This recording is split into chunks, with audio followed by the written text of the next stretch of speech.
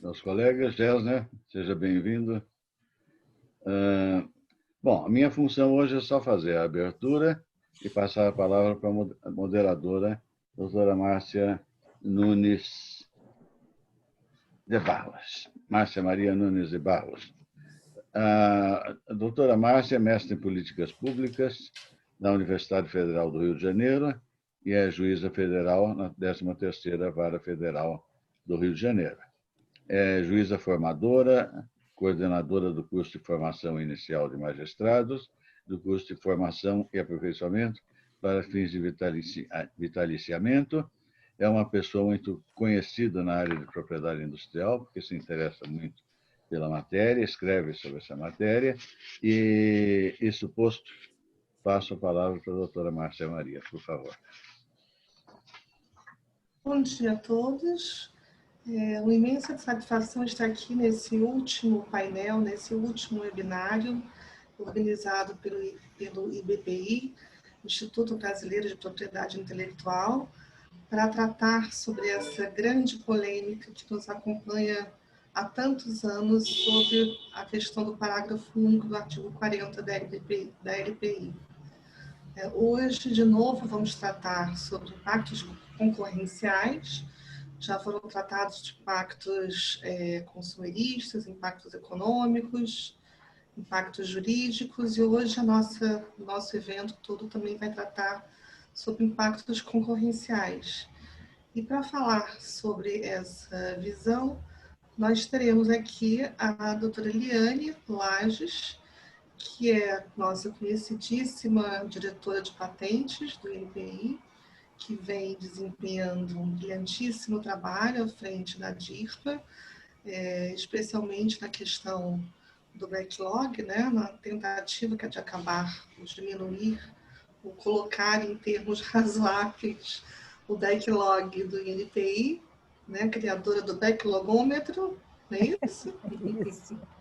Que nós todas que trabalhamos com INPI acompanhamos com muito interesse. Enfim, vem iniciativas super produtivas e super inovadoras à frente da DIRPA. Inclusive foi eleita, né, uma das mulheres mais influentes de PI. Não teve uma história dessa, Eliane? Foi. Das 100 mulheres mais influentes em 2020. No PI. Muito chique. Chique, né? Chique é.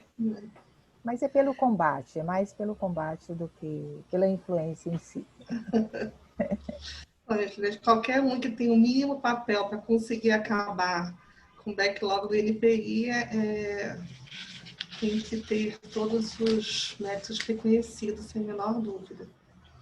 Porque é um problema estrutural, é um problema de muitos anos, né, que a gente vem acompanhando e que eu acho que não traz benefício para ninguém. Não estou falando do artigo 40, tá, gente? Estou falando do backlog específico.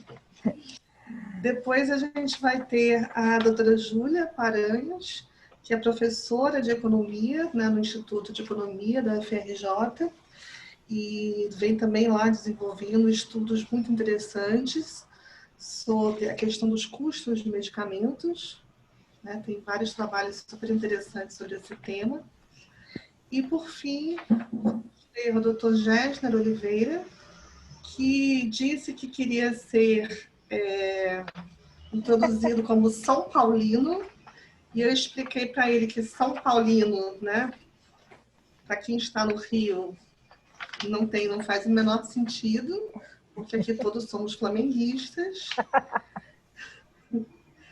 Então, eu vou apresentá-lo como professor da FGV São Paulo, né? Imagina. E sim, ele professor da FGV São Paulo. E é sócio da Go Associados, que é uma consultoria na área de economia, não é isso? Exatamente. Então, seguindo a ordem, cada um dos expositores vai ter 20 minutos para a sua exposição inicial e depois a gente abre para os debates. Seguindo a ordem, então, que está aqui no cartaz, eu passo a palavra primeiro para a doutora Liana Lages. Ok? Liana, a gente está com você. The floor is yours. Obrigada, Márcia. Bom dia a todos.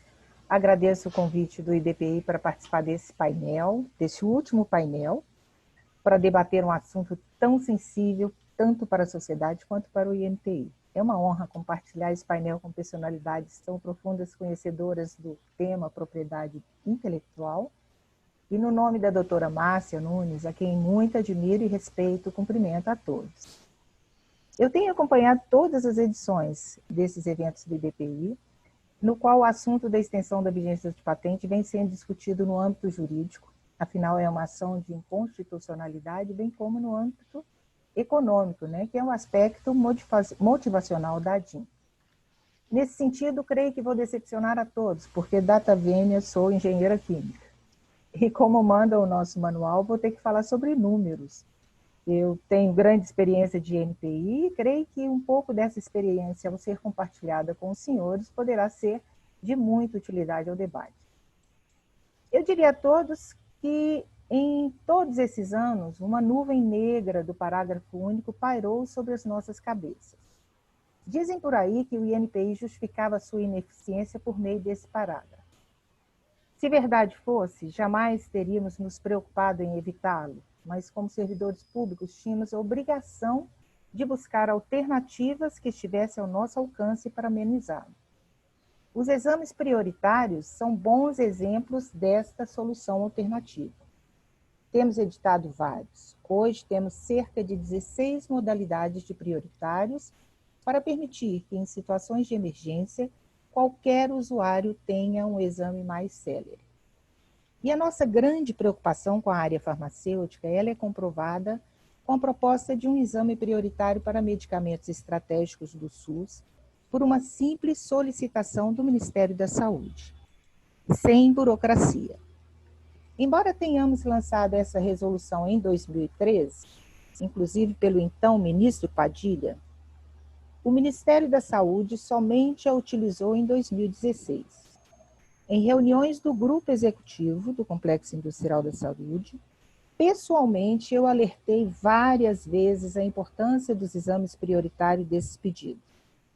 Foi necessário sensibilizar o próprio governo quanto ao impacto da aplicação do parágrafo único do artigo 40 no poder da compra do Estado. Por isso, apresentei na 8ª reunião ordinária do Comitê Executivo e Conselho de Competitividade do Complexo da Saúde um estudo da Academia do INPI, realizado em março de 2015, que demonstrava o prejuízo do governo na compra de apenas 3 medicamentos, quando havia a extensão do prazo de vigência. A incidência no parágrafo único do artigo 40, como regra e não como exceção, foi iniciada há uns 13 anos. E se tivéssemos trazido à tona essa discussão que hoje estamos fazendo acirradamente, se tivéssemos discutido aquela época, muito provavelmente não estaríamos onde estamos. É possível acompanhar no nosso site, em relatórios gerenciais, o que aconteceu ano a ano em termos de incidência no parágrafo único. Podemos verificar que, para fármacos, iniciamos a conceder no parágrafo único do artigo 40 a partir de 2006. Nós estamos em 2020, né? E que atingimos um patamar de quase 100% das patentes concedidas de fármacos no parágrafo único do artigo 40 em 2010. De fato, eu acredito que estamos colhendo frutos de um descaso do governo com a instituição e também dos próprios usuários do sistema. Em particular, na área farmacêutica, ao invés de fortalecer o INPI, optou-se por apoiar a interferência no exame do INPI pela Anvisa. E, a meu ver, este foi o maior dos equívocos inseridos na nossa legislação, porque não foi avaliado o impacto que essa inserção traria na prática, né? A prática do dia a dia de quem examina e de quem concede o direito de patente. Temos sempre que olhar para frente para planejar um futuro melhor, mas olhar para o passado nos permite avaliar os nossos erros. É interessante refletir que se as patentes tivessem sido concedidas à época, mesmo que tal como depositadas, que não é o que gostaríamos, as consequências teriam sido menos drásticas que a sua concessão com a extensão do prazo de vigência que hoje temos. Na minha visão, para que o sistema de propriedade industrial seja fortalecido, é preciso que as responsabilidades sejam compartilhadas com todos.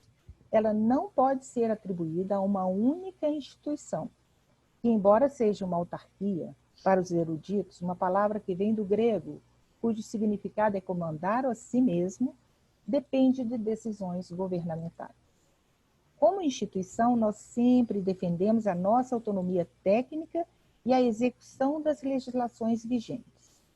É importante ressaltar que temos o suporte de uma procuradoria especializada, sempre nos apoiando no mundo das interpretações jurídicas. Nesse cenário, uma ação de inconstitucionalidade, 24 anos após a promulgação da lei, me assusta, porque é muito mais do que uma discussão teórica e jurídica de inconstitucionalidade. O INPI executará, como sempre, o que a legislação estabelecer, mas, na prática, a imagem de um país que vem sinalizando o fortalecimento da propriedade industrial, combatendo o backlog, como a doutora Márcia disse, e estabelecendo uma estratégia nacional de IPI, esta imagem será comprometida. Uma perda reputacional de difícil recuperação, tal como as questões que envolveram a Anvisa. E esse será um impacto econômico muito grande. Bom, feita essa preleção, eu vou sair desse mundo teórico e jurídico e entrar um pouco na nossa realidade numérica. Nós fizemos um levantamento na nossa base de dados, eu tinha uma certa expectativa de poder mostrar os gráficos, né, porque eu adoro gráfico, eu sou engenheira, e nós levantamos esses dados com todas as tecnologias e verificamos que a incidência no parágrafo único do artigo 40, embora ocorra em todas as tecnologias, é significativamente maior para a área farmacêutica. Eliane, sem querer interromper, mas se você quiser apresentar a sua tela, é possível. Me falaram que não era esse eu posso até no final a gente apresentar, mas esses gráficos eu coloquei na página do INPI, porque falaram que o modelo era muito mais de conversar, mas então... não, tudo bem. Tá? Eu vou tentar mostrar assim, um pouco percentualmente esses gráficos, depois eles podem ser consultados, eu acho que vai ser de auxílio para análise, né, por todo. Esse levantamento, nós verificamos que a incidência no parágrafo único do artigo 40, embora ocorra em todas as tecnologias, é significativamente maior para a área farmacêutica.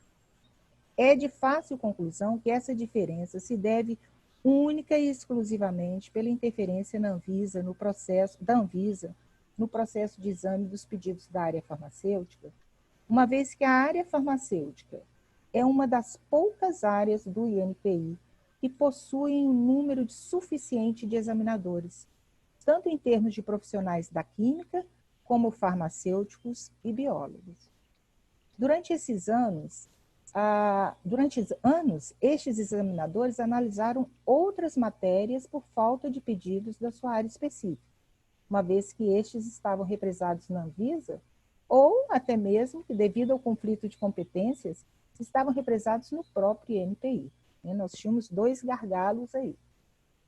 Em dezembro de 2017, com a portaria INPI Anvisa, o fluxo voltou a fluir. E hoje trabalhamos de maneira muito harmônica.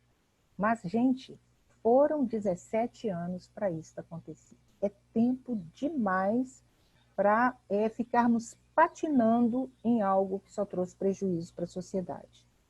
Todos os dados que serão aqui falados serão colocados na nossa página, como eu disse. É só entrar em patentes, relatórios gerenciais, e para esses dados aqui, está sob o título Indicadores do parágrafo único do artigo 40.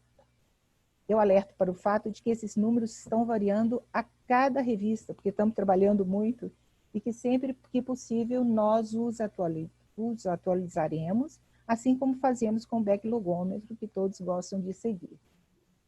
Em 2006, e voltando bem no passado, menos de 2% de todas as patentes concedidas estavam no parágrafo único do artigo 40. E estas certamente eram da área farmacêutica. Em 2010, 26% das patentes concedidas no INPI como um todo, em média, incidiam no parágrafo único. Mas para as patentes farmacêuticas, nós alcançávamos o patamar de 96%. Isso há 10 anos atrás. A situação ela se agrava até 2013. Em 2013, nós tínhamos 100% das patentes de fármacos concedidas com exceção, enquanto que a média geral do INPI é cerca de 70%. Quando olharem o gráfico, vão ver o formato da curva, ele é idêntico para todas as coordenações, mas quando separamos fármacos, nós temos um patamar completamente diferente. De fato, esse quadro ele se arrasta até a gestão do Dr. Pimentel. Nessa gestão, por meio de concurso, nós conseguimos aumentar o número de examinadores, embora ainda insuficientes para algumas áreas. Por exemplo, a área de telecomunicações, nós ainda precisaremos, com certeza, de novos examinadores. Também, nessa gestão do Dr. Pimentel, foi buscada uma outra alternativa para mudar esse quadro, tanto do ponto de vista estrutural, quanto na distribuição de servidores. Muitas modificações internas foram feitas. Mas o mais importante foi no quesito Anvisa e INPI, foram iniciadas tratativas que culminaram com a portaria conjunta entre as instituições, com a consequente liberação do fluxo de pedidos de patente entre as duas instituições, permitindo a retomada da recuperação de concessões de patentes dentro do prazo de 10 anos. Os senhores poderão conferir no nosso site como esta recuperação é evidente. Nessa gestão, também se pensou em uma solução não tradicional, na qual todas as patentes seriam decididas de ofício. Todos se lembram desses momentos, né? Sem entrar em questões polêmicas dessa proposta, foi um momento que todos, né, a sociedade como um todo se engajou. Só vi se repetir agora no combate ao backlog, que é um trabalho que eu acho que não é um trabalho só do INPI, é um trabalho de todos nós, é um trabalho da sociedade. Estamos juntos buscando uma solução que realmente seja efetiva para o país. Naquela época da discussão do deferimento de ofício, pela primeira vez não se discutiu o backlog ou as causas dele. Discutia-se uma solução para o backlog, que saía do mantra do mais examinadores, mais dinheiro, mais estrutura. Tínhamos que buscar outras soluções, ou íamos morrer afundados no backlog, né? Então, neste momento, o que estava em jogo era encontrar uma solução melhor para a sociedade. O que estava em jogo era algo para todos ao mesmo tempo. Em 2019, na gestão do Dr. Cláudio Furtado, nós implementamos o combate ao backlog, né, apostando na competência do INPI, sem esperar que o auxílio viesse de Brasília, como autorização para novos concursos, mais orçamento, pelo contrário, temos menos orçamento, entre outras coisas. E os resultados estão aí, né? A gente está acompanhando no dia a dia, revista a revista, e em 2020, na média, menos de 30% das patentes estão concedidas com extensão de prazo. E quando comparamos a área farmacêutica já está na faixa de 50% das patentes concedidas sem extensão. Para o INPI como um todo, já alcançamos o patamar de 2010, enquanto que para fármacos atingimos valores de 2007. Também no nosso site é possível ver o número de pedidos pendentes de decisão, que ainda incidirão no parágrafo único do artigo 40. Embora sejam muitos, eu estou falando de 8.896 pedidos, estamos em um grande esforço, gestores e examinadores, para decidirmos todos esses pedidos ainda em 2020. Podem perguntar o porquê não fizemos isso antes, né? O que estão fazendo agora? Nós não fizemos antes porque nós não tínhamos as imagens disponíveis para exame. Todos sabem os problemas que o INPI vivenciou com relação à digitalização e à recuperação de suas imagens, né? Sem as imagens não poderíamos resgatar essas patentes que acabaram, esses pedidos de patente que acabaram ficando para trás e não tínhamos como fazer. com o auxílio, o acordo de cooperação com a BDI, nós finalmente estamos tendo acesso às imagens. E, assim, coisas dessa semana, e essas imagens estão subindo. De modo que a gente pode dar continuidade ao exame. Aqueles pedidos de patentes ainda considerados, desculpa, impossíveis de sanear, eles vão passar por uma etapa de restauração. Muito em breve também vamos estar chamando a sociedade para poder restaurar esses pedidos. Nós podemos constatar que os setores mais afetados, além da área farmacêutica, encontram-se principalmente em setores de telecomunicações e o setor de mecânica. Todos os setores foram afetados, mas esses dois, eles acabaram tendo uma maior influência.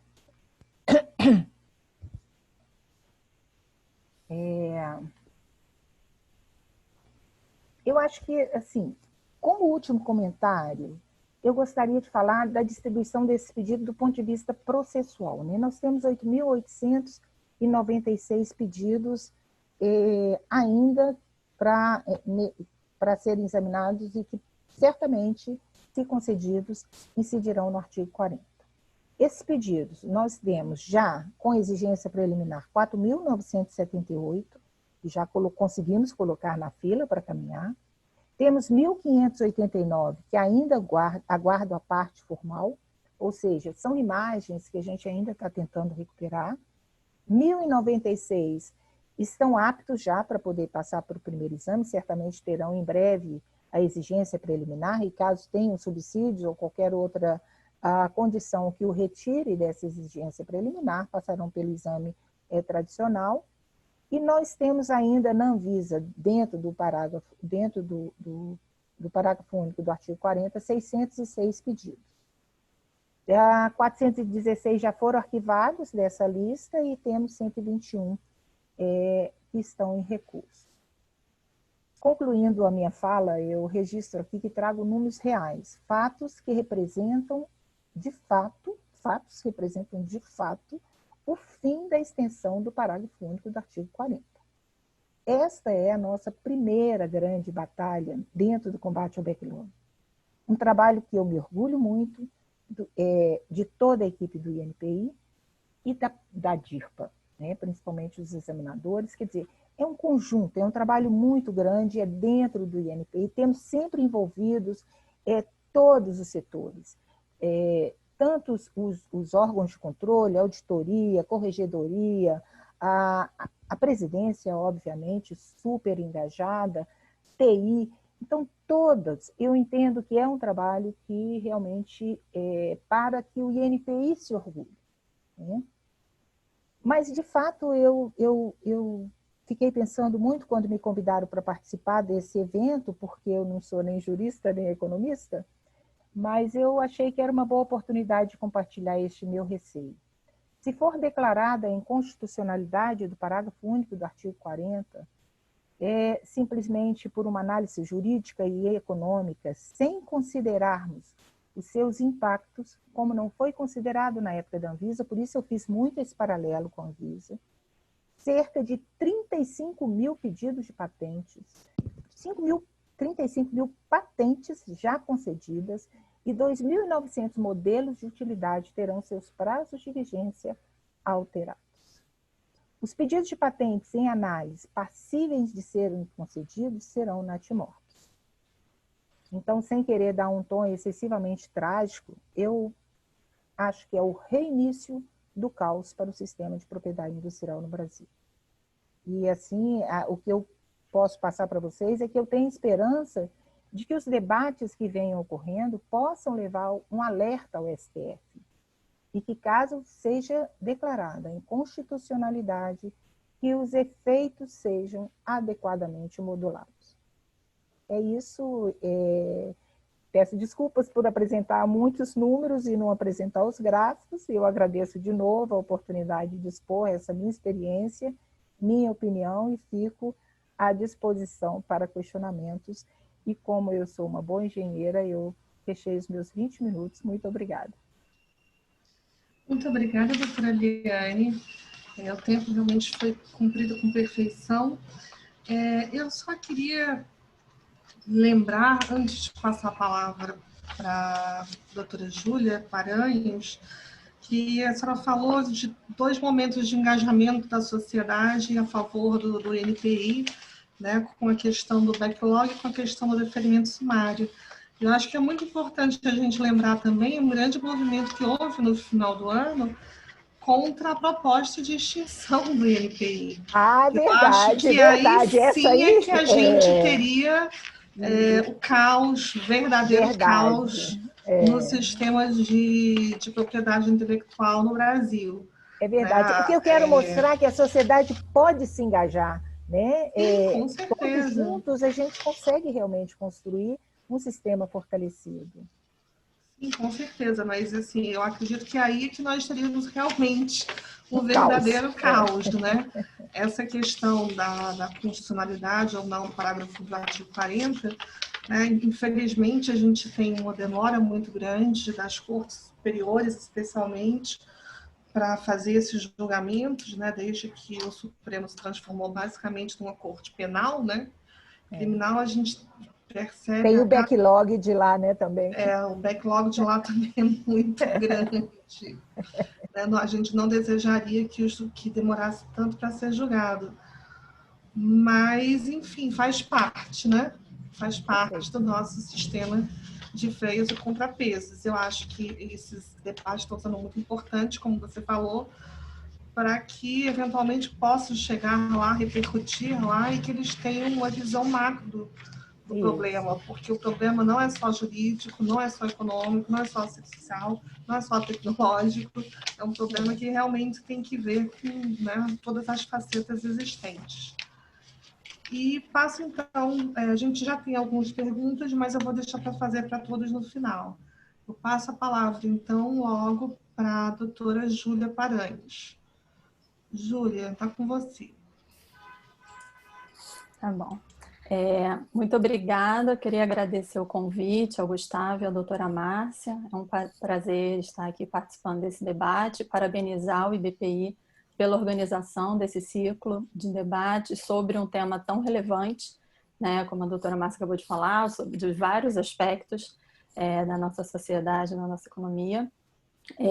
O que eu vou trazer, eu também tinha pensado em apresentar alguns slides, mas não, eu vou trazer, na verdade, alguns resultados, então vou também continuar aqui com alguns números de um estudo que a gente realizou na UFRJ sobre ampliação dos custos do SUS pela extensão da vigência de patentes de medicamentos. Tá? Então, a gente tentou trazer alguns números mais concretos sobre o efeito que o parágrafo único traz para a área farmacêutica, em especial para o sistema público de saúde brasileiro. Tá? Então, a gente... eu vou seguir aqui a minha apresentação. Então, dado a existência, né, do parágrafo único do artigo 40, que define um mínimo de vigência de 10 anos a partir da data de concessão, e é importante lembrar que esse instrumento da LPI, né, da Lei de Propriedade Industrial Brasileira, ele é um instrumento TRIPS Plus, né, ele vai além do Acordo Internacional de Propriedade Intelectual, assinado em 95, e a nossa legislação adequada já em 96. Então, esse é o primeiro ponto que eu gostaria de trazer, né, para esse debate. Dado, então, o tempo a demora, né, do prazo de concessão e de análise de patentes do INPI, em especial para a área farmacêutica, que em média leva aí em torno de 13 anos, né, a área farmacêutica acaba tendo um número muito grande de patentes concedidas com esse prazo estendido. E aí eu quero trazer alguns números, né, a doutora Eliane apresentou alguns dados já do INPI, mas eu orientei uma dissertação de mestrado do aluno Eduardo Mercadante, defendida em 2019 na UFRJ, onde ele analisou todas as patentes concedidas no Brasil entre 1997 e 2018. Então, juntando as 683 patentes que poderiam ser extensíveis, né, tirando pipeline e mailbox, 92% delas foram concedidas com extensão. Desses 92, né, o porcento, assim, o que ele conseguiu fazer a análise, a dimensão temporal do backlog, o que significa? Os pedidos ficaram, em média, esperando o início da análise durante 7 anos. O exame técnico em si levou 3 anos e meio, cerca de 3 anos e meio. E o prazo da anuência prévia, do tempo que ele ficava, né, entre ir e voltar para a Anvisa, era cerca de 1 ano. Então, dessas 683 patentes, a média de tempo era esse. Então, o prazo da anuência prévia, dos dados que a gente calculou, era somente de 1 ano. E isso já dentro dos 3 anos e meio do período de exame técnico. Então, o prazo o que tem mais efeito sobre essa espera, essa extensão do prazo, esse tempo tão alto da concessão, é efetivamente o tempo de espera até iniciar a análise técnica. Tá? E esses elementos, né, eles fazem com que você atrase a entrada de concorrentes no mercado, dado o direito adquirido, né, pelos detentores das patentes. Então, o que a gente buscou calcular foi qual o custo potencial adicional para o Sistema Único de Saúde causado pela extensão do prazo da patente conferida pelo parágrafo único do artigo 40 da LPI. Então, a gente calculou somente a extensão pelo parágrafo único. Tá? A gente juntou, então, 3 grupos de medicamentos, selecionamos 9 medicamentos, a partir dos medicamentos de alto custo do governo federal, né, das compras do DELOG, e identificamos 3 situações patentárias nesse grupo de medicamentos. O primeiro grupo eram patentes que já estavam concedidas com um prazo de vigência de mais de 20 anos. O segundo grupo era um grupo com patentes pendentes, mas que, se fossem concedidas, teriam mais de 20 anos de vigência, porque elas já tinham sido depositadas, né, há mais de 10 anos. E dois medicamentos com patentes mailbox que já foram concedidas, né, já terminou o prazo de vigência, mas, dado o processo jurídico que ocorre para a reforma do parágrafo único do artigo 229 da LPI, se esse artigo for reformado, essas patentes passarão a ter mais de 20 anos, e mesmo ainda antes dessa decisão final, a insegurança jurídica faz com que concorrentes não entrem no mercado. Então, na verdade, esses medicamentos essas empresas estão aproveitando, sim, ainda da exclusividade de direito, né? E dessa extensão de patentes, por causa do processo, se o artigo 229, né, ele continua sendo referente somente ao caput do artigo 40, da vigência das patentes mailbox, ou se ele passa se o parágrafo único do artigo 40 vale também para as patentes mailbox. Então, desses 9 medicamentos que a gente levantou, nós calculamos a extensão, de quanto seria a extensão, né, desses de prazo, dados os prazos de concessão, e o grupo B, os 3 medicamentos que não estavam concedidos, a gente considerou a data de 18 de fevereiro de 2019, que foi a data da nossa análise, para fazer o cálculo do período de extensão de cada um dos medicamentos. Esses medicamentos, em conjunto, entre 2014 e 2019, representaram um gasto de 10 bilhões de reais para o Ministério da Saúde, que significou um gasto anual de 1,9 bilhões, o que representa 1,5% do orçamento do SUS em 2018. Tá? E, dados esses períodos de extensão, o custo adicional que o Ministério, né, o custo que o Ministério teria mantidos os gastos, os valores e os volumes comprados entre 14 e 18, seria de 6,8 bilhões de reais, tá? O custo da extensão desses medicamentos para o Ministério da Saúde. Então, o que a gente buscou calcular foram alternativas mais econômicas, sejam alternativas reais de medicamentos genéricos já disponíveis no mercado internacional, ou alternativas hipotéticas, e aí a gente criou 3 situações hipotéticas de redução de preço.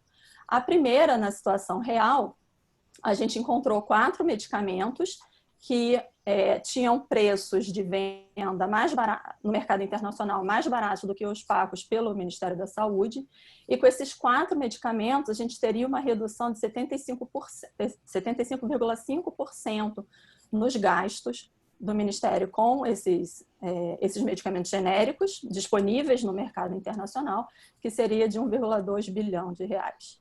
Tá?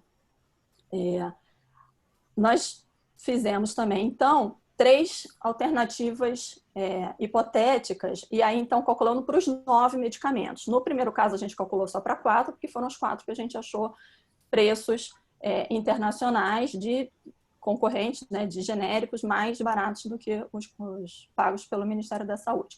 No caso do hipotético, a gente fez 3 situações de redução de preço, uma básica, uma média e uma drástica, para os 9 medicamentos, considerando o caso dos biosimilares e de genéricos. Tá?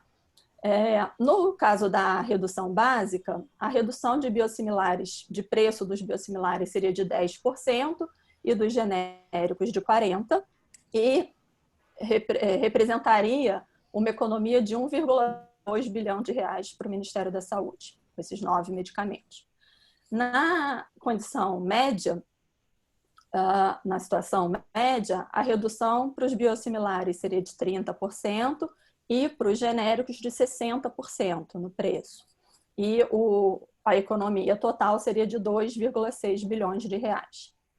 E a gente considerou também uma redução drástica, que seria de 50% de redução de preço dos biosimilares e 80% no preço dos genéricos. Lembrando que todos esses parâmetros foram identificados em literatura, em referências de outras instituições e dados de mercado. Tá? A gente não tirou essas reduções da nossa cabeça, né? A gente se baseou em outras reduções que são aplicadas em mercados internacionais, tá? Em situações de biosimilares e genéricos.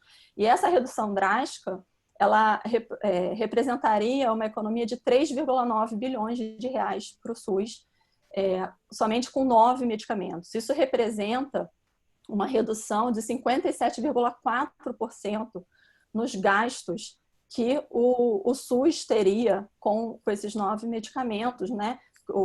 Se eles não fossem estendidos e a gente pudesse ter a possibilidade de concorrentes de medicamentos competindo no mercado.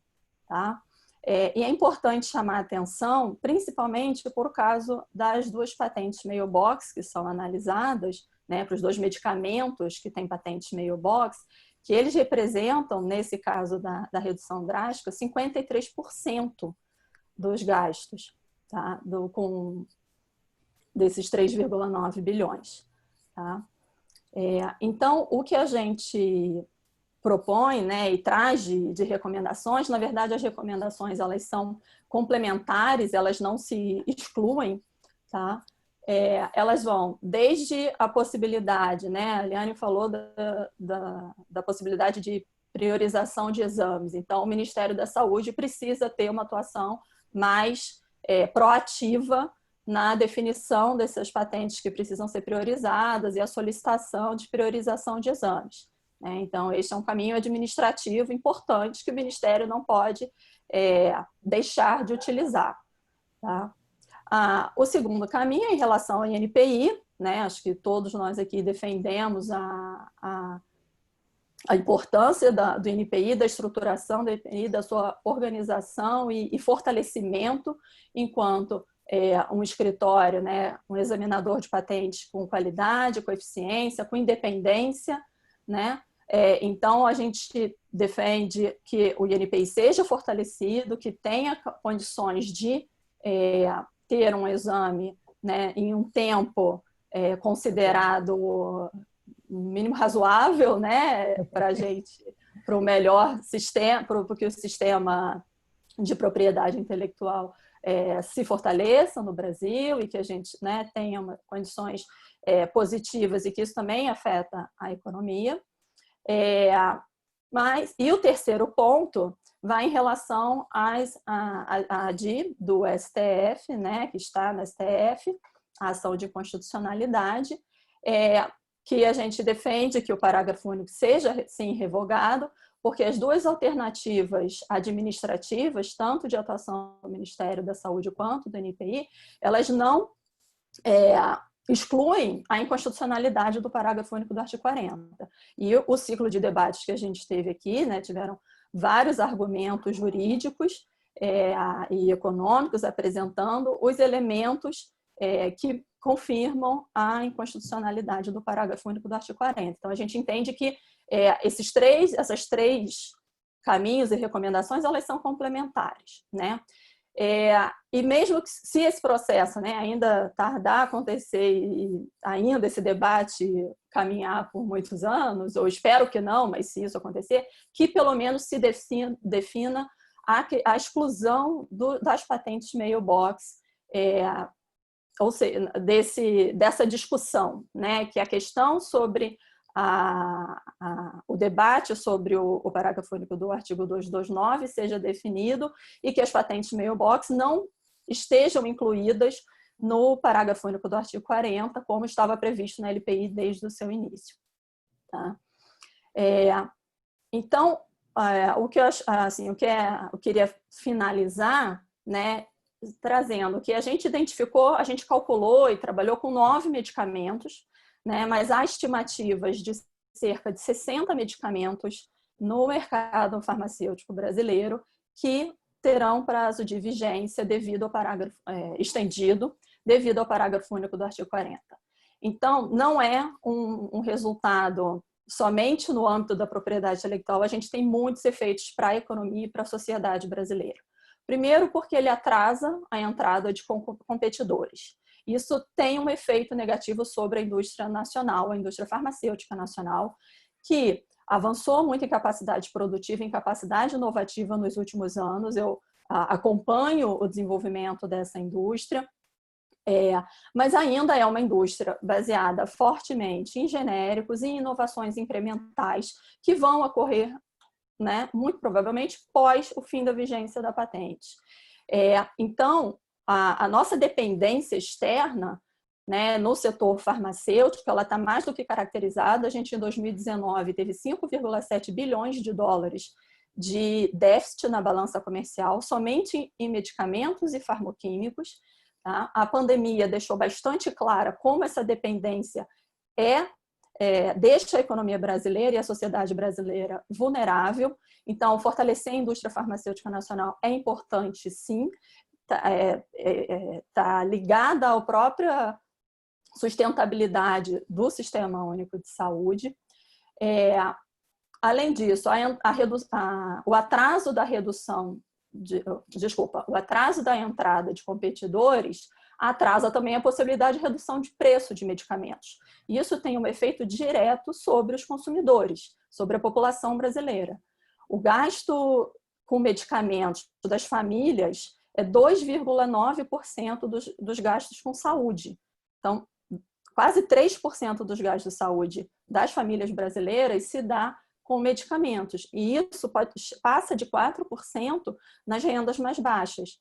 Então, a gente atrasar a redução de preço, atrasar a entrada de concorrentes, tem um efeito direto para os consumidores também. E o que a gente está trazendo aqui no estudo, né, o principal resultado do nosso estudo, é que esse atraso, ele afeta diretamente o Sistema Único de Saúde.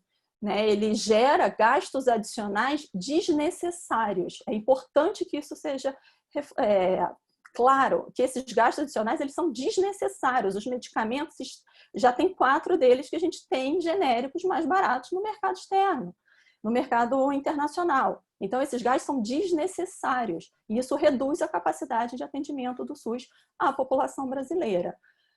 Então, eu acho que a discussão ela é complexa, ela envolve várias áreas, né? Mas eu acho que, sem dúvida, a questão dos efeitos sobre a área de saúde, ela é a mais relevante e foi o que a gente quis trazer aqui, alguns dados concretos com esse estudo. Então, eu agradeço muito a oportunidade e passo, então, a palavra de novo para a doutora Márcia. Muito obrigada.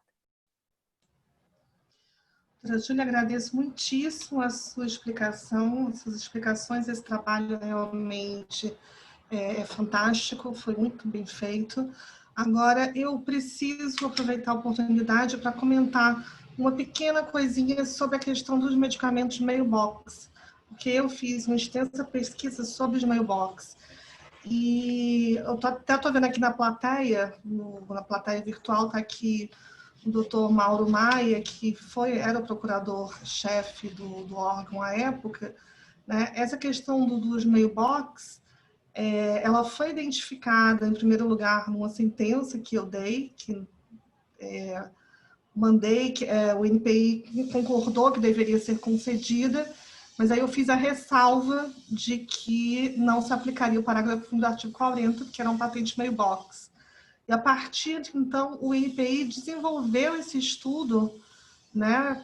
Enfim, foi solicitado também a sociedade civil, foi atrás do INPI, e foi verificado que estava havendo esse equívoco, né? Porque as patentes mailbox, elas não foram marcadas como as pipelines, né? A patente pipeline é uma PP, a patente mailbox era uma PI normal. Então, elas não foram marcadas, digamos assim.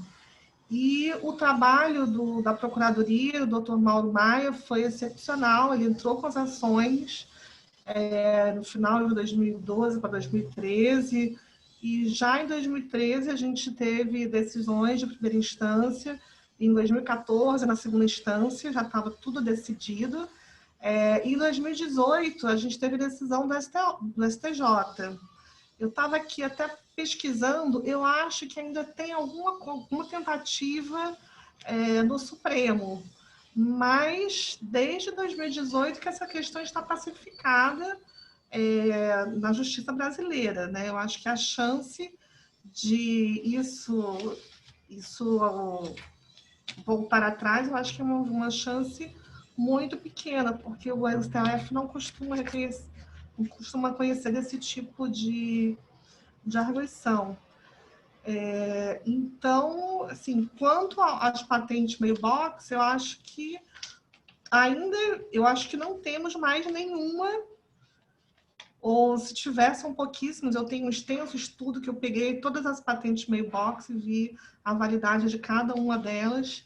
Eu não me lembro agora de cabeça, eu posso até dar uma olhadinha aqui enquanto o próximo palestrante fala, mas eu acho que a gente não tem praticamente mais nada que deveria estar em vigor, né? Se está indevidamente. Tá? Eu vou procurar aqui qualquer coisa. Então, doutora Márcia, não é que elas estão em vigor, mas o próprio processo, o fato de ainda ter o recurso no STF, a insegurança jurídica faz com que os concorrentes ainda não tenham entrado. Concordo, né? Então, concordo com você. O que eu estou colocando foi ótimo. Nós já estamos com mais de 2 anos dessa decisão. Então, eu acho que as pessoas já podem, até porque a entrada no mercado não é tão simples, né? Não é imediata. Então, eu acho que já deveriam estar se preparando para entrar no mercado, se ainda não o fizeram. Porque eu acho que já dá para ter uma margem de segurança jurídica bem grande, de que essa decisão não vai ser derrubada. Certo? Eu vou procurar aqui e vou já te falar. Enquanto isso, passo a palavra para o nosso último palestrante, Dr. Gésner Oliveira. Você também tem 20 minutos para a sua manifestação, ok? Muito obrigado à coordenadora, presidente do nosso painel, doutora Márcia de Barros. Muito obrigado ao IBPI pelo convite, pela organização dessa semana importantíssima. Doutor Gustavo, doutor Newton Silveira. Gostei muito e para mim é um privilégio aprender com a doutora Liane, aprender com a doutora Júlia Paranhos. Eu tinha dito antes à nossa presidente do painel que eu era São Paulino, né? Mas, além de São Paulino, eu presidi o CAD, onde eu aprendi que o diálogo entre a economia e o direito é muito importante, né? Portanto, esse diálogo é fundamental. E depois presidi a Sabesp, a empresa de água de São Paulo, onde aprendi que o diálogo entre a economia e engenharia é fundamental. Portanto, a gente tem aqui um painel que corresponde à complexidade do problema que nós estamos discutindo, que exige a multidisciplinaridade, né? Então, a grande parte da riqueza desse painel dos aspectos técnicos de engenharia química, os aspectos de direito, os aspectos de economia. Do ponto de vista da economia, eu acho que a doutora Júlia levantou dados extremamente importantes. Eu, como economista, também gosto de dados, de gráficos, etc., mas aqui eu preparei uma apresentação que, naturalmente, depois compartilho com todos. Mas eu acho que a doutora Júlia levantou uma série de efeitos realmente muito importantes acerca da existência do parágrafo único do artigo 40. Né? E eu gostaria de refletir sobre o ponto de vista conceitual e chamar a atenção para a relação que é muito debatida, por exemplo, na defesa da concorrência, no Conselho Administrativo de Defesa Econômica, o CAD, que é a relação entre propriedade intelectual e antitrust, né? O efeito que isso dá na organização industrial, o efeito no mercado. E nós temos nesse caso, quando nós temos a duração de uma patente que vai além daquele período que a gente poderia considerar como ótimo, nós temos um efeito muito negativo.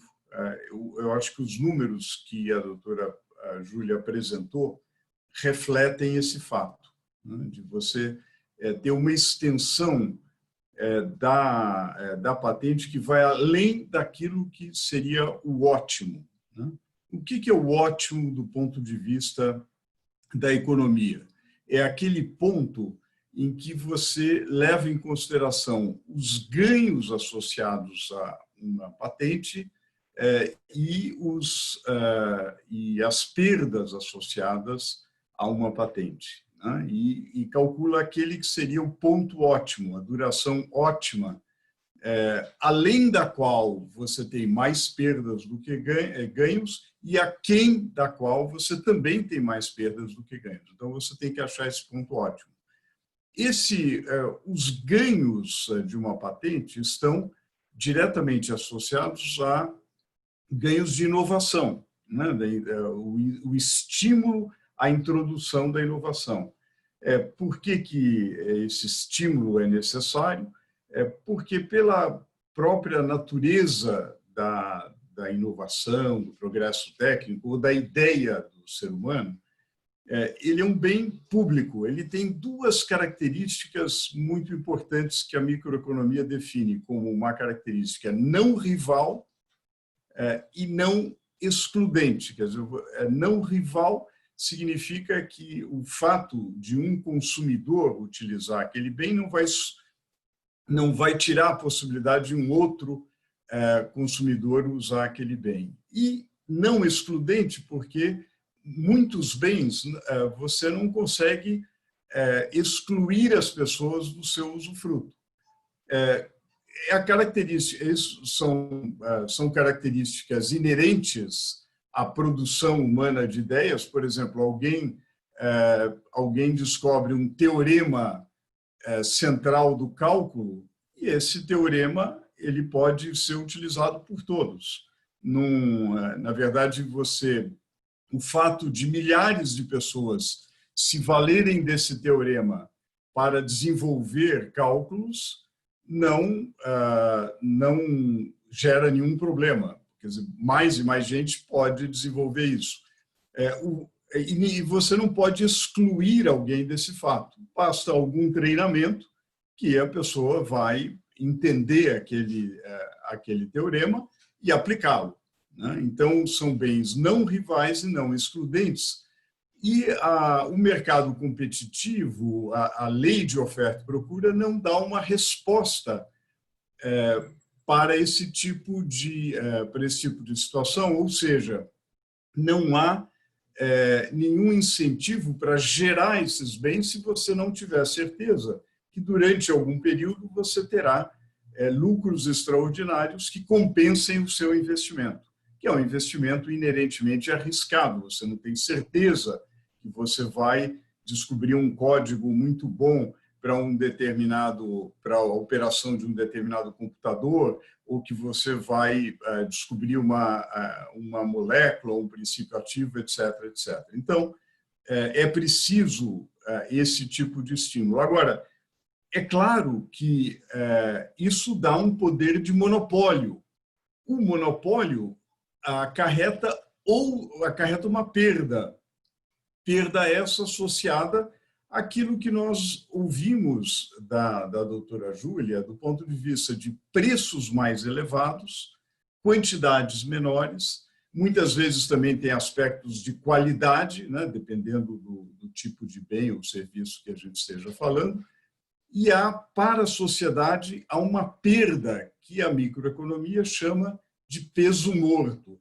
Quer dizer, toda vez que você tem um poder monopólico no mercado, você tem um preço maior, uma quantidade menor, e nem o ganho que você dá ao monopolista compensa a perda do ponto de vista de bem-estar para a sociedade. Então, necessariamente, a relação entre propriedade intelectual e antitruste é um sopesamento contínuo. Você tem que sopesar, de um lado, os ganhos da inovação, que têm um caráter dinâmico, e, de outro lado, as perdas associadas ao poder monopólico durante um determinado período. Daí a importância-chave deste período realmente ser ótimo, quer dizer, a duração não ser excessiva, para que as perdas não sejam excessivas. Então, a duração ótima, nesse sentido, é fundamental. O que ocorre, e eu acho que os números apresentados são muito ilustrativos, o que ocorre no caso do parágrafo único do artigo 40 é que há uma postergação do poder de monopólio que vai além do período ótimo.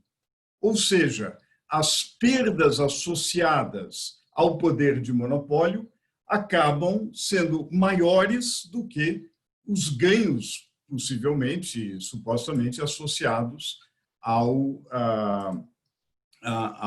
inovação. Então, esse é o grande problema do parágrafo único do artigo 40. Agora, há problemas adicionais a esses, e que também foram mencionados pela doutora Júlia, que são, você tem uma alocação de investimentos que é ineficiente.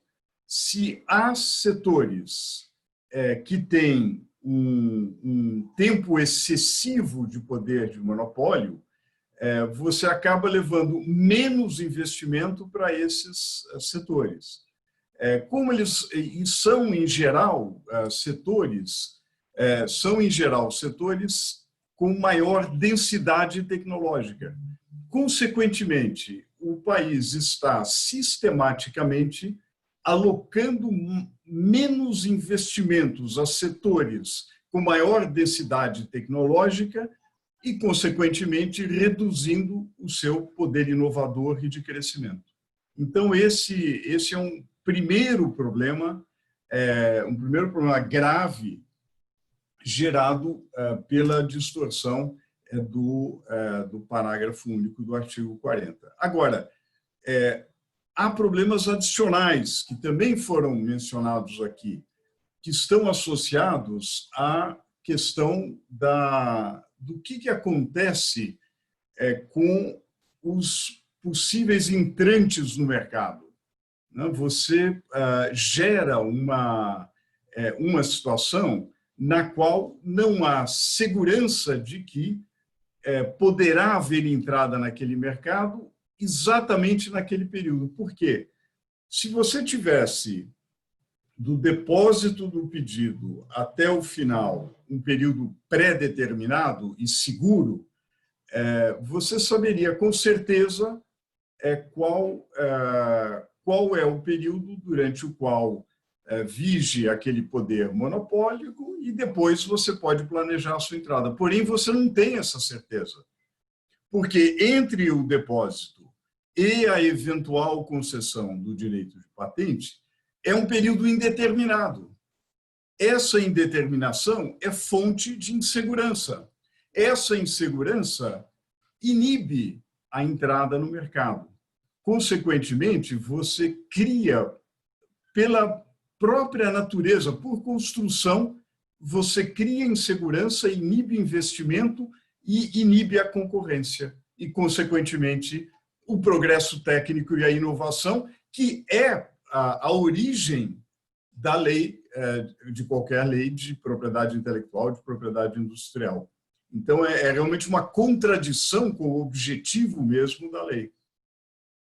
Agora, os problemas não param aí, porque, além de inibir a entrada, você pode gerar, e, na verdade, você gera um estímulo, há um incentivo econômico para você aumentar esse período, prorrogar. É claro, como objetivo de uma companhia que tem um poder monopólico, ela tem incentivo para prorrogar esse direito. Ora, quanto mais complexo o meu pedido, quanto mais obscuro o meu pedido, possivelmente mais tempo demora. Portanto, há um incentivo. Não há um incentivo à simplicidade, à clareza, à objetividade, à demonstração. Há um objetivo à demora. A demora gera benefícios. Ora, é uma construção completamente irracional. Se a demora gera benefícios, eu vou trabalhar para a demora. Com os agentes racionais, e aqui não vai nenhum juízo de valor, os agentes racionais vão se comportar dessa forma. Então, e aqui, obviamente, é louvável as várias iniciativas do INPI no sentido de melhorar, de racionalizar, de modernizar, e a doutora Eliane apontou várias iniciativas nesse sentido. Porém, há um incentivo econômico para a demora, há um incentivo econômico para a petição obscura. Consequentemente, há um incentivo econômico para o agravamento do backlog. Eu me atreveria a dizer, doutora Márcia, doutora Eliane e doutora Júlia, eu me atreveria a dizer que vários dos esforços no sentido de reduzir o backlog parecem enxugar gelo, porque há um dispositivo que dá um incentivo econômico para o aumento do backlog. Mas os problemas não param aí. Além, nós conhecemos da teoria de organização industrial, nós conhecemos vários modelos nos quais o poder de monopólio em um mercado te alavanca em outro mercado.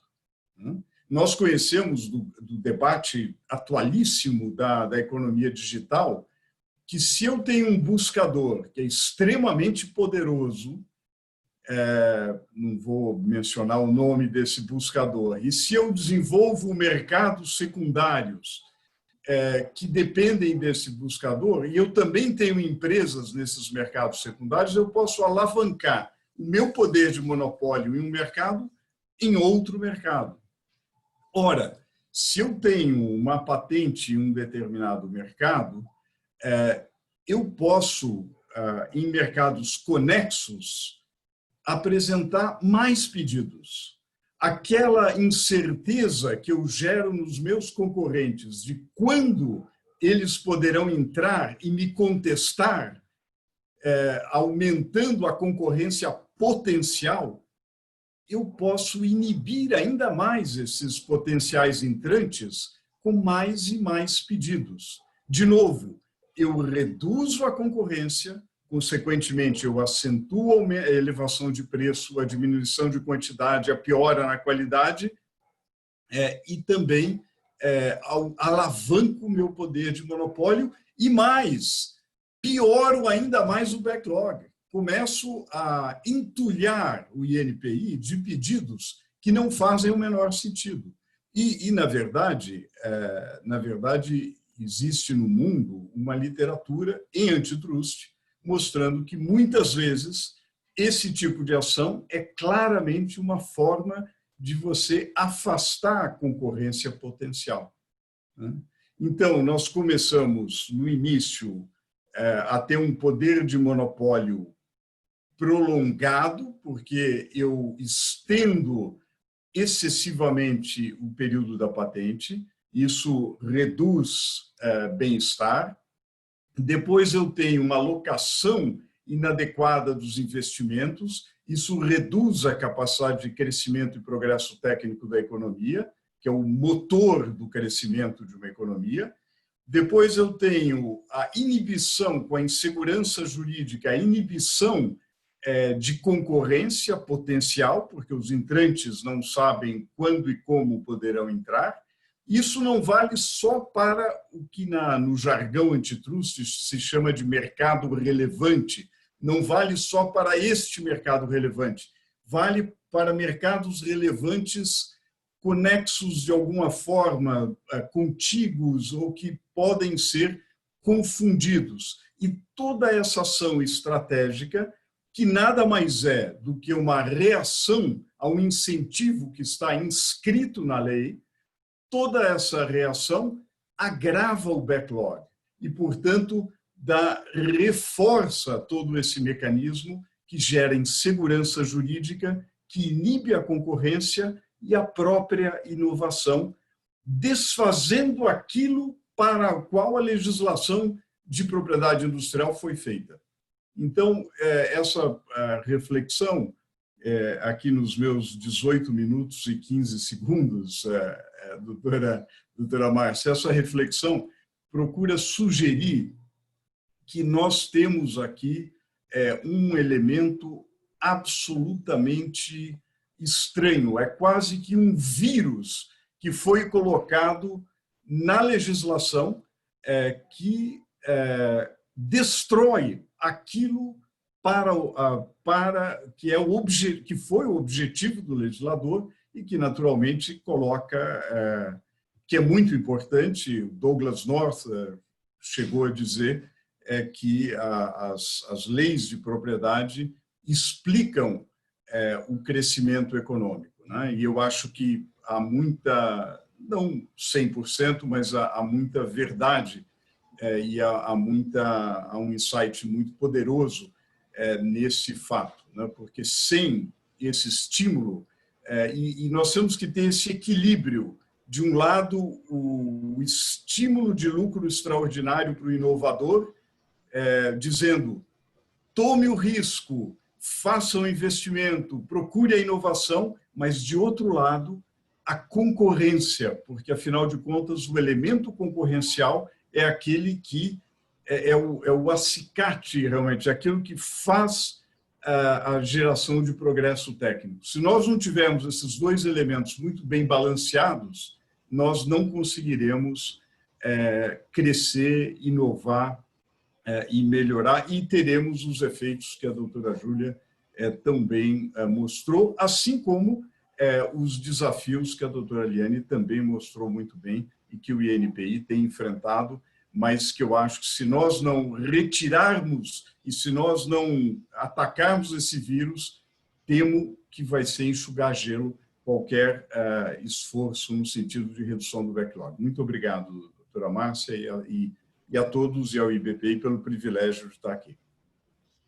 Doutora Gésler, muito obrigada apesar de ser São Paulino, as suas aplicações, as suas provocações foram excelentes para o nosso debate.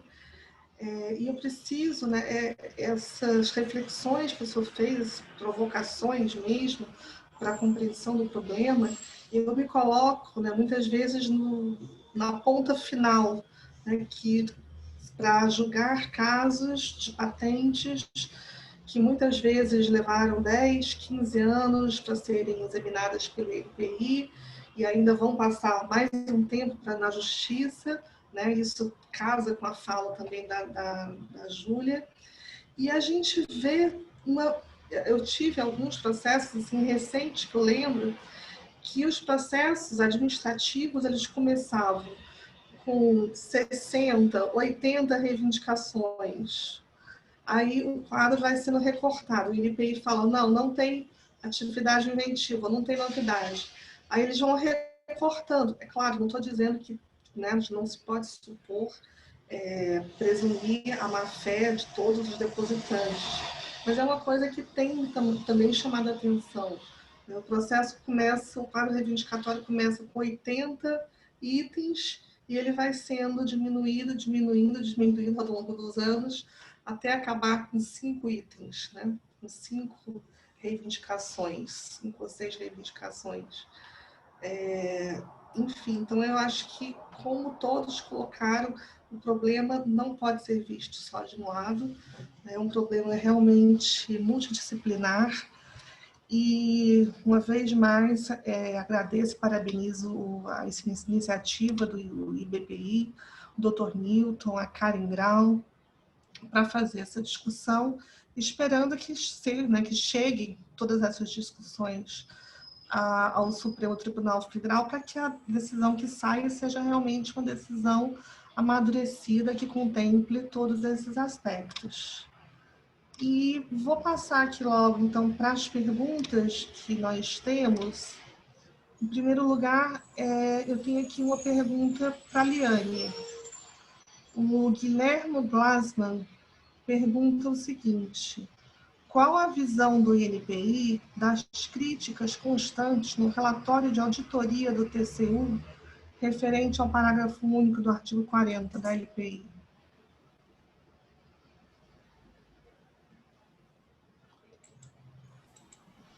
Liane? Oi, não, abri. Olha, a gente, como eu fiz aqui, nós reconhecemos, né, todos os problemas que a gente teve, são críticas aceitáveis, né, dentro das condições que o INPI teve para poder seguir adiante. O que estamos fazendo para vencer o parágrafo único é o combate ao backlog, para tentar sermos mais... Eu teria um rosário para contar aqui ao longo dos anos. A doutora Márcia, óbvio, acompanha o dia a dia do INPI, sabe o quanto a gente vem batalhando até mesmo para uma sobrevivência nesses anos todos.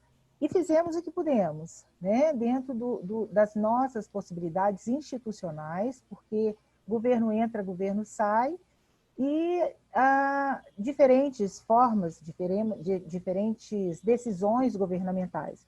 O TCU faz o trabalho dele, ele entra, todo ano ficam 2 meses, analisam todos os nossos passos, né?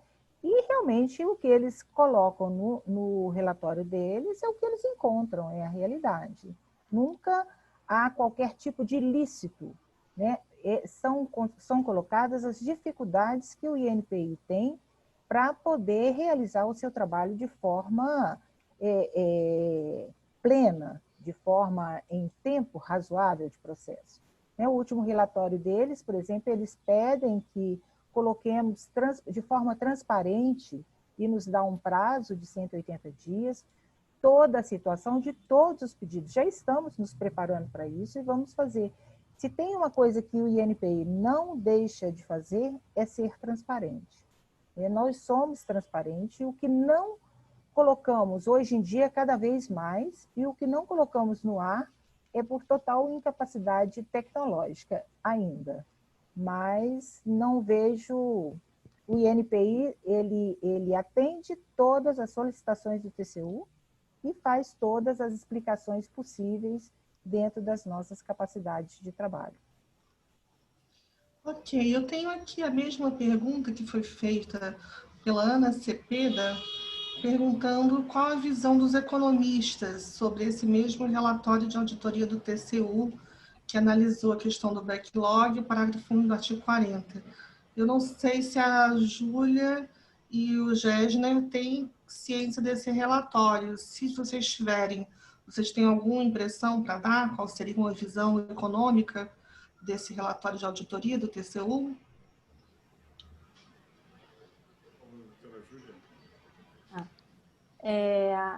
Sim, eu acho que o relatório, na verdade, ele reforça os nossos achados, né? Porque a gente tem de uma instituição doente do governo, analisando e trazendo resultados também do gasto adicional excessivo que o Ministério teria com alguns medicamentos, né? Eles estão, se eu não me engano, o gasto adicional que eles identificam é de 1 bilhão para 11 medicamentos, alguma coisa assim.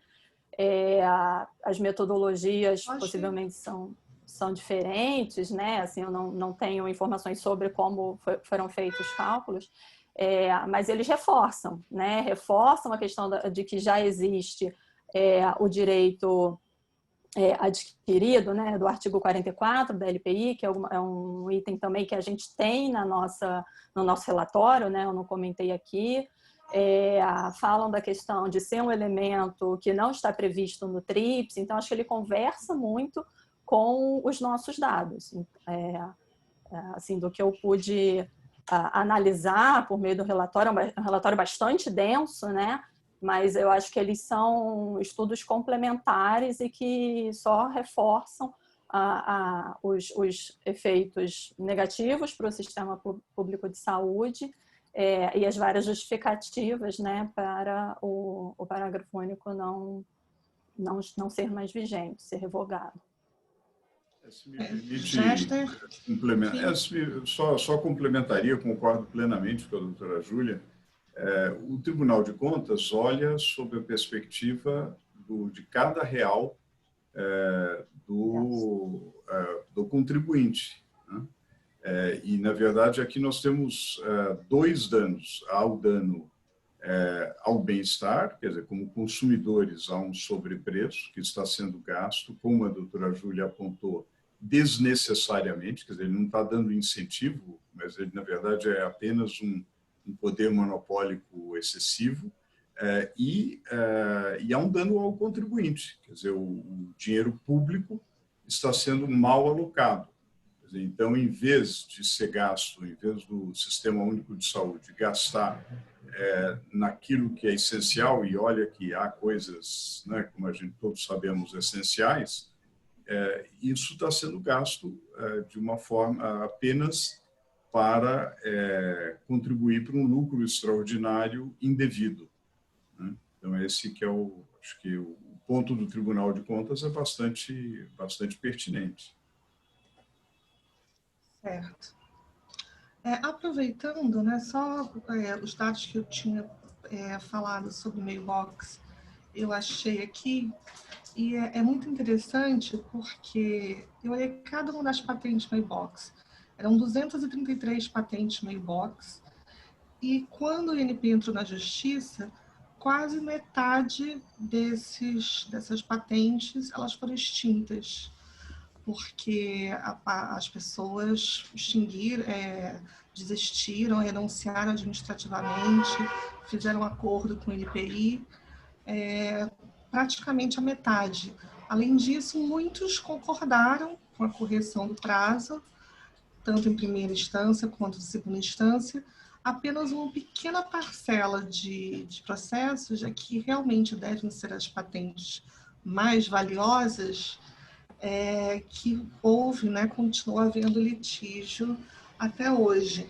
E eu verifiquei aqui, realmente, tem algumas patentes que ainda vão até o final de 2020, e aquelas que estão tem algumas vão até 2023, né? Mas assim, todas elas, de acordo com o caput do artigo 40, todas elas já estariam em domínio público. Tá? Lembrando que na maior parte dos casos, ainda que não tenha tido decisão final, já tem decisão liminar para colocar todas essas patentes em domínio público. Tá? Não todas, mas a grande parte delas já está em domínio público, sim. Voltando aqui para as perguntas, eu tenho a pergunta do Rodrigo Micamura para a Júlia Paranhos. No estudo feito pelo Mercadante, um dos medicamentos mencionados é o Sofosbuvir. Esse produto foi objeto de uma PDP, né, uma parceria de desenvolvimento produtivo entre a Fiocruz e a Blanver. Após a concessão da patente, para a Gilead, né, o valor do produto saiu de R$ 64,00 via consórcio para R$ 984,00. Podemos analisar em critérios econômicos abuso do direito de patente? O que você acha, doutora Júlia?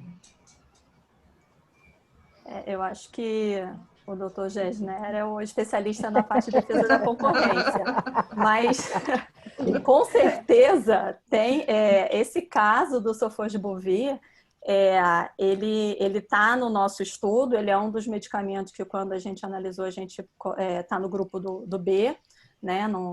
A patente analisada não estava concedida, mas esse elemento que inclusive foi motivo de uma ação ao CAD, né, de um grupo de organizações da sociedade civil, entraram numa ação ao CAD porque o preço, ao ser definida a patente, ele tem um aumento de 1.400%, é algo assim.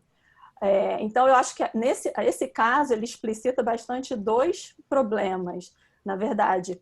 Um, que é o como a patente dá um poder de mercado muito forte para o seu detentor, né? E como, de novo, no caso do medicamento, né, a gente está tratando diretamente o medicamento que possibilita, que trata a hepatite C, né, que cura a hepatite C. Então, a gente está tratando diretamente com a vida e com a saúde das pessoas. E traz um outro elemento também, que não é o tópico aqui, mas a discussão do preço teto dos medicamentos no Brasil. Né? Que se a empresa tem essa possibilidade de variação de preço, e mesmo assim ficando dentro da regulação do preço teto estabelecido a ela, ao seu produto, então a gente tem uma discussão por essa vertente também, né? Que é fora da parte de PI, mas está ligada à área, também essa área farmacêutica. Certo. Gessner quer falar alguma coisa? Porque eu tenho outra pergunta para você. Eu concordo plenamente. Estava vendo aqui os dados, a fonte é a própria doutora Júlia, o custo adicional ao Sistema Único de Saúde, só desse item, é superior aí a 300 milhões. Quer dizer, é realmente um valor muito grande, né? Eu acho que claramente aí é uma distorção enorme que ilustra os problemas associados aí ao parágrafo único do artigo 40. Eu posso complementar só uma coisinha aqui com relação à PDP. Eu acho que a gente tem vários aspectos a serem analisados, né? Um deles que, como eu era participante do grupo executivo do Complexo Industrial da Saúde, durante anos, eu alertei o governo e a todos os participantes, ministros, secretários, do problema do parágrafo único do artigo 40. Fizeram PDPs com patentes ainda não analisadas. Então, quando a gente vai fazer o análise final, né, o aspecto ele não pode ser exclusivo no parágrafo único do artigo 40. Eu acho que tem que olhar no cômputo geral tudo o que aconteceu e levou àquela situação. Ao final, tinha-se uma PDP com uma análise, com uma patente ainda em análise pelo parágrafo único do artigo 40, que poderia ter sido examinado muito antes pelo Ministério da Saúde por meio de prioritários. Então, quando a gente faz análise da letra fria, aparece realmente, olha, doutor Gessner, eu tive vontade de ter aula do senhor, porque eu adorei a sua sua apresentação. Se eu for analisar a situação do ponto de vista econômico, nós acabamos com o parágrafo único do artigo 40 amanhã. Né? Isso, para mim, não tem menor dúvida.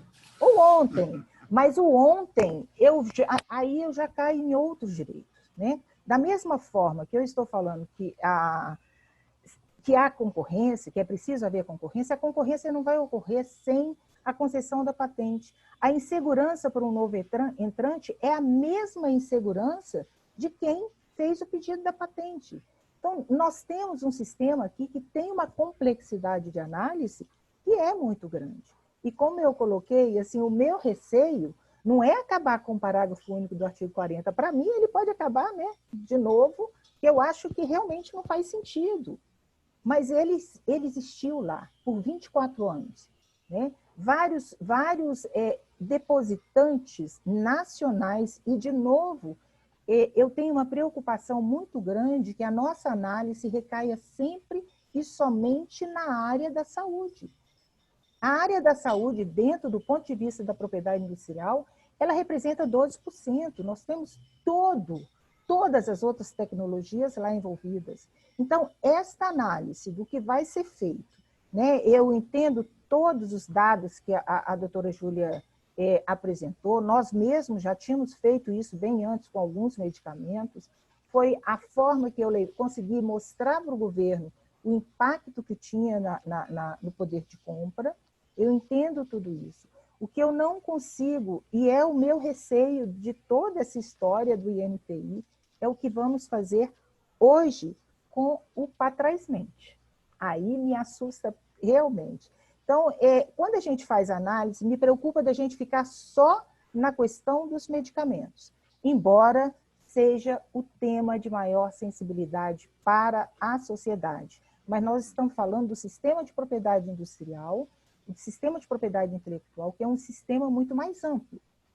Não entro nem na questão de discutir se este é o melhor sistema, se deve ter, se não deve ter. O fato é que não temos medicamentos, se não tivermos uma empresa inovadora, não teremos genéricos se a patente não for não cair no domínio público, né, por diversas razões, mas não dá para analisar por um único polo. Isso é o meu ponto de vista. Então, quando a gente começa a focar somente na questão do medicamento, a gente esquece que tem todo um sistema de propriedade industrial. Nós estamos vivendo um momento do 5G, nós estamos discutindo a propriedade industrial para telecomunicações.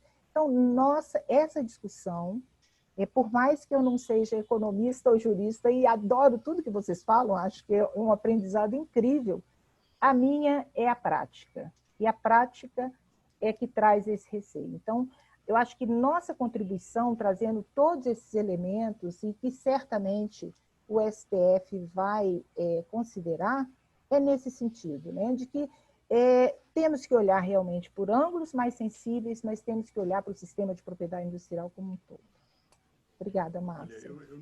Eu não poderia concordar mais sobre essa visão global necessária, né? Agora, eu estou convicto que a Lei de Propriedade Industrial contém dispositivos que dão incentivo à inovação, né? O artigo 44, bem como a utilização do exame prioritário, um sistema de 2 tiers, né? Um sistema que, aliás, o backlog, por exemplo, na área de defesa da concorrência, foi atacado dessa forma, a partir do sistema dos Estados Unidos da Europa com fast track e que permitiu atacar o problema do backlog, né? Sistemas de reconhecimento mútuo, enfim, há uma série de instrumentos através dos quais você não gera insegurança ao inovador, pelo contrário, você dá incentivo ao inovador, mas não gera as distorções do parágrafo do artigo 40, que eu acho que ele destrói, ele vai contra o objetivo da própria legislação, né? E a questão de medicamentos, quer dizer, os números, embora não seja só isso, haja muito, mas os números mostram a importância relativa desse setor, e a importância para o bem-estar e para algumas camadas da população, né? A doutora Júlia mencionou no orçamento doméstico o peso dos medicamentos. Se a gente fizer o corte etário e pegar os idosos, isso daí aumenta 50%, 60%, às vezes 70%, e é um impacto sobre o bem-estar fenomenal. Pronto? Eu também concordo com muito que a Liane falou, e, enfim, que todos nós discutimos aqui hoje, né, essa necessidade de uma visão multidisciplinar. E eu também sou uma pessoa muito prática, né, e trabalho com toda tudo já passou por, né, por todos os especialistas, eu estou ali no final da ponta, para decidir, decidindo, né, dando a palavra, não a palavra final, quanto na primeira instância, mas uma das últimas palavras. E eu acho que é muito importante essa discussão que está sendo feita, né, porque a gente tem que pensar, né, tudo bem, a gente não pode pensar em um só dispositivo da lei, mas a gente tem que pensar em todo o sistema de propriedade intelectual e o que a gente quer para o país, né, para a nossa sociedade.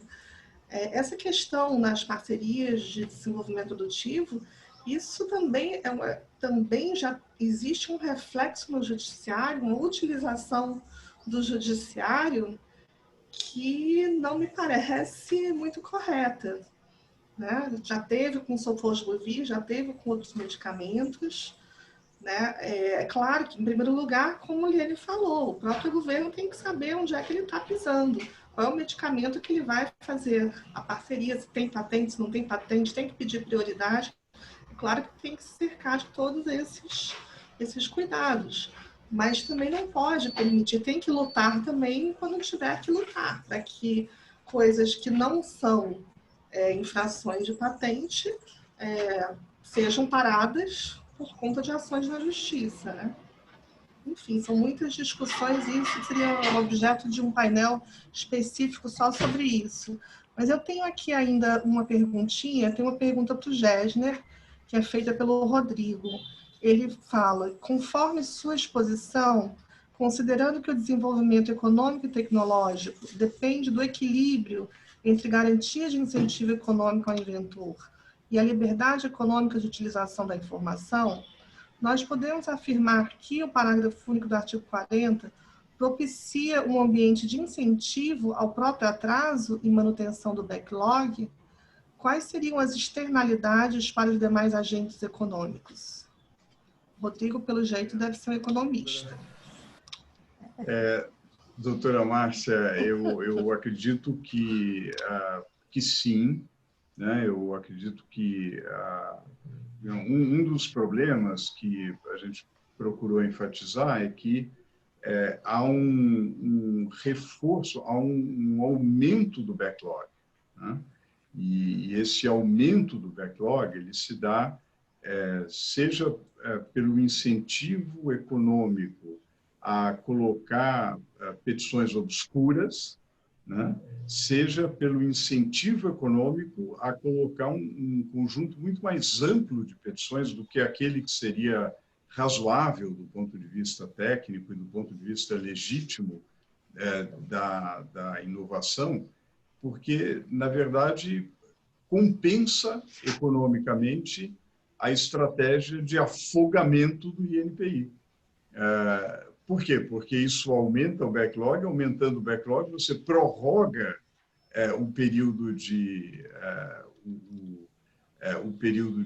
poder monopólio, e isso gera os efeitos nefastos de preço mais alto, qualidade inferior, de menor concorrência. Então, é um processo que tem, infelizmente, ele se retroalimenta. A gente está diante de um dispositivo que, como eu disse, vai contra o objetivo da legislação e que gera um efeito retroalimentador. Quer dizer, ele vai gerando incentivo para aumentar o backlog e, consequentemente, inibir a concorrência e gerar insegurança jurídica.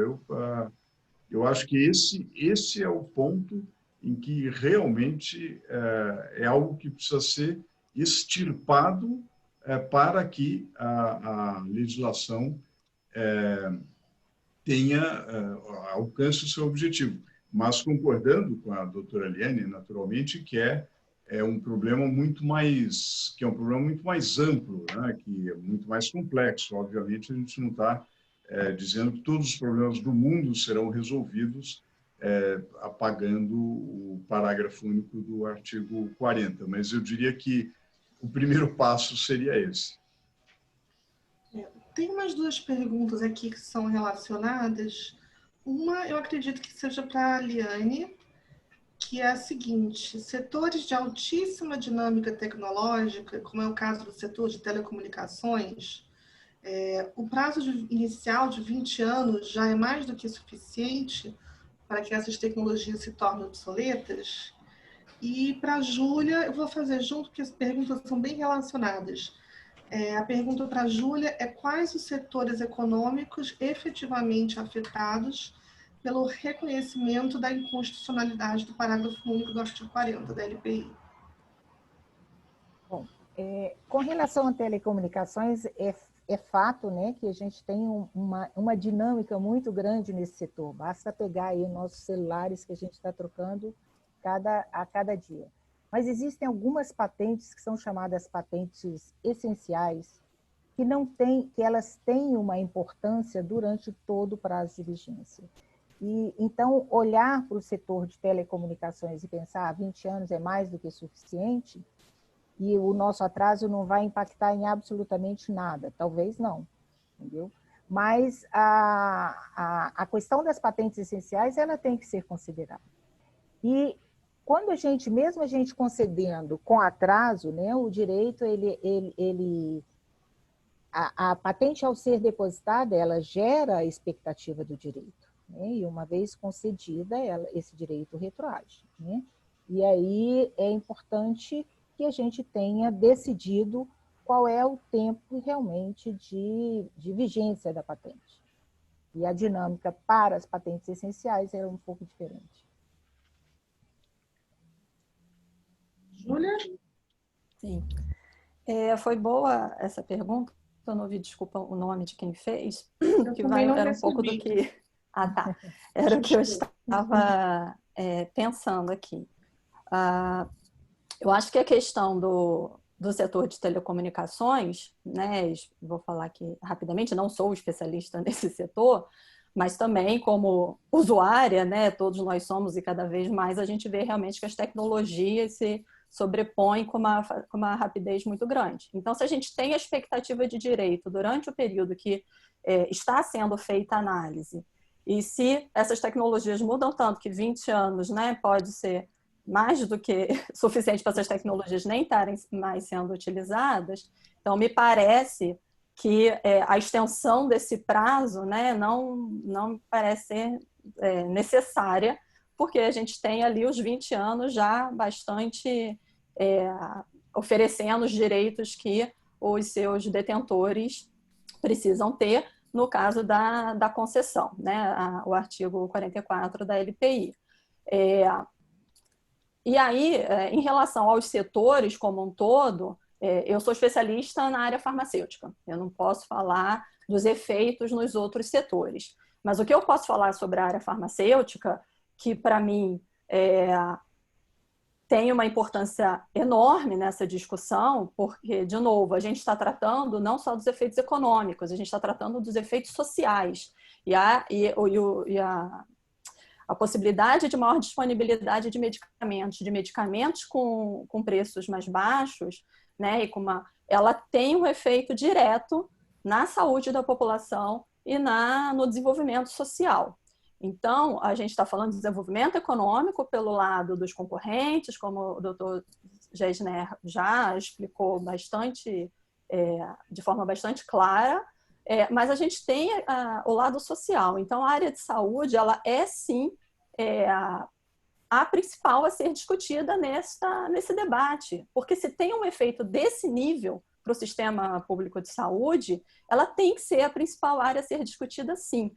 Os outros setores, é claro que eles são todos relevantes, o sistema de propriedade industrial, como a doutora Eliane falou, ele é muito mais complexo do que isso, mas se a gente tem um efeito tão grande assim na saúde da população, né, na possibilidade de atendimento para a melhora da saúde da população, ele tem que ser o principal setor a ser discutido. E para a área farmacêutica, por que as patentes são tão relevantes? Né? A gente falou aqui que o backlog ele é crescente no Brasil, ele é crescente no mundo, né? O mundo inteiro tem backlogs grandes. O problema é que a gente não tem uma infraestrutura suficiente para responder esse mercado, a esse backlog. A gente não tem uma infraestrutura suficiente para responder ao tamanho do mercado brasileiro, né?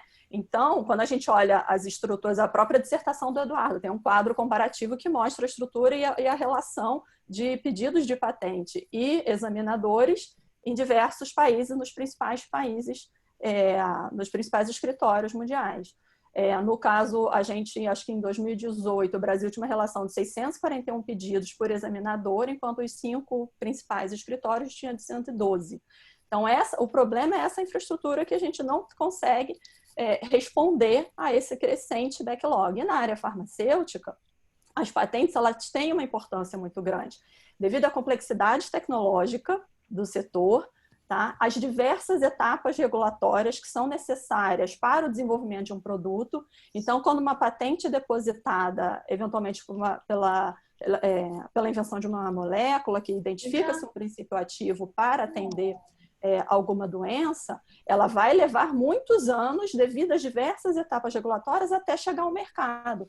Então, esse instrumento de propriedade industrial é muito utilizado no setor. Então, para o setor farmacêutico é muito relevante o uso da patente. Além disso, a cópia, ela não é fácil, mas ela é possível por meio de engenharia reversa. Então, a patente dá o direito de exclusividade ao desenvolvedor daquela potencial inovação a ser levada ao mercado. Então, isso faz com que, para a área farmacêutica, o uso, né, desse instrumento, esse direito de propriedade industrial, tenha uma relevância muito grande. E aí, por isso, a discussão, né, de novo, a questão. Então, ela é importante para a indústria farmacêutica é produtora de medicamentos, que é uma tecnologia extremamente usada no sistema de saúde. Ela representa 13%, de acordo com os dados do INESC, do orçamento do Ministério da Saúde com medicamentos. E esse gasto é crescente. Então, é algo que a gente tem que pensar sim, porque tem um efeito no orçamento, na própria possibilidade de compra de outros medicamentos, mas também do uso dos recursos do SUS para outras atividades de prevenção, de assistência à saúde básica, ampliação da rede, melhor atendimento, né? E a gente sabe muito bem que o SUS é um exemplo mundial em diversas áreas, mas ele tem muitas debilidades.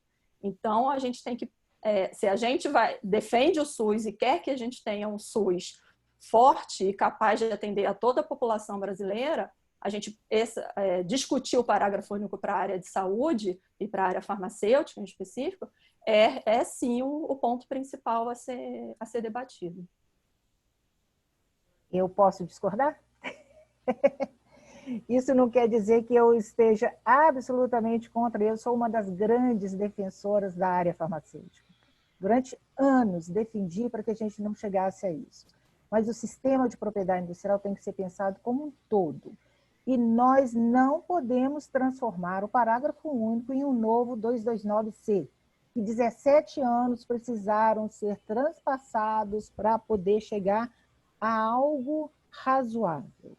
Então, se nós vamos trazer para o sistema, e de novo, sou a favor de acabar com o parágrafo único do 40, sou absolutamente, concordo absolutamente com você quando se diz que as patentes farmacêuticas, né, a propriedade industrial para a área farmacêutica realmente tem um impacto muito grande, mas não é só. Né? Então, eu acho até que, como diretora de patente, eu tenho que colocar e pontuar todos os tempos, todo momento. Nós estamos falando de parágrafo único do artigo 40, impactando no MADIM sem modulação de efeitos, impactando a Embraer, a outras grandes empresas brasileiras, as universidades, nós temos vários impactos que têm que ser considerados. Por isso, de novo, na minha posição vamos acabar com o parágrafo único do 40? Ok, vamos acabar. Dr. Gerson, se eu tinha alguma dúvida, me convenceu, assim, vou estudar um pouco de economia para entender um pouco esse balanço, mas, de novo, tenho medo do meu receio, e que trago aqui pela prática, de que uma ação voltada por um pensamento único da saúde ou das patentes farmacêuticas traga muito trabalho para a doutora Márcia, com certeza, e vai travar o INPI. Né? Eu acho que tem uma série de impactos que temos que considerar. E por isso, assim, não é que eu ache que patente farmacêutica não tenha um impacto grande do parágrafo único do 40. Não só acho, como sempre procurei para que isso não acontecesse. Mas, enfim, eu, como diretora de patentes, eu tenho que estar aqui pensando no sistema como um todo e dando a devida importância à área farmacêutica, mas também às outras áreas. Vamos finalizando então, né? Agora, especialmente em tempos de pandemia, não tem como a gente deixar de falar da parte né, do direito à saúde, do acesso à saúde, e esse é um grande desafio que o legislador colocou no nosso país, porque nós temos, desde a Constituição de 88, um sistema único de saúde, universal, gratuito, né? Vocês imaginem, no meio dessa pandemia, se a gente não tivesse esse sistema de saúde, como a gente está vendo em outros lugares, que as pessoas... É claro que nós já chegamos aqui a um número absurdo de mortos, mas vocês imaginem se a gente não tivesse um sistema único de saúde, onde é que a gente poderia estar numa situação muito pior, né? Como a gente vê notícias todos os dias de pessoas que não conseguem se tratar de maneira alguma da Covid por completa impossibilidade financeira. Então, eu acho que a gente também não pode desconsiderar, né, a parte de saúde, é uma das vertentes importantes do direito de propriedade intelectual, essa busca de um balanceamento entre os direitos de titulares e do acesso do público, especialmente na área da saúde, no Brasil, que é um país continental e que tem esse sistema único como imposição constitucional. Nós já estamos chegando ao final. Eu vou passar, então, agradeço de novo, parabenizo o IBPI, seus organizadores, pela iniciativa de fazer essas 4 manhãs de estudo, que também acompanhei todas elas e foram todas muito proveitosas. Ficamos esperando as próximas iniciativas e passo a palavra para o Dr. Newton Silveira para fazer o encerramento formal. E obrigada a todos os palestrantes, aprendi muito com todos vocês. Obrigada a todos. Muito obrigado, doutora Márcia. Respondendo à sua reclamação na abertura, esse quarto painel foi como, digamos, o coral da Nona Sinfonia. Fechou com chave de ouro o nosso webinar. A propósito dos comentários do Dr. Gessner, gostaria de lembrar um tango do Carlos Gardel, "Desde que 20 anos não és nada". É o que assim pensam as multinacionais. E vão achar outros meios de estender. Não duvidem disso. Um meio, que eu sempre estou procurando, caçando, é a patente de segundo uso. Talvez agora o nosso presidente também tenha um motivo para pedir uma patente de segundo uso para a cloroquina. Né? Espero que não. Até o governo americano já tem pedido patente para vacina e processo de fazer vacina. Então, encerrando esse ciclo, queria agradecer ao Gustavo, que cuidou de toda a parte organizacional, a Karen, que trabalhou muito na surdina, lá desde Munique, ao idealizador desse seminário, que foi o Pedro Marcos Barbosa, e a todos que participaram, e especialmente ao fechamento desse seminário pela doutora Márcia. Muito obrigado a todos. Até o próximo IBPI. Muito obrigado. Até logo. Obrigada. Até logo. Tchau, tchau. Tchau, tchau, Márcia. Tchau, prazer em ver Encerrado. todos. Encerrado. Obrigado. Tá gravando ainda, né? Isso, vou encerrar agora. Tchau, tchau.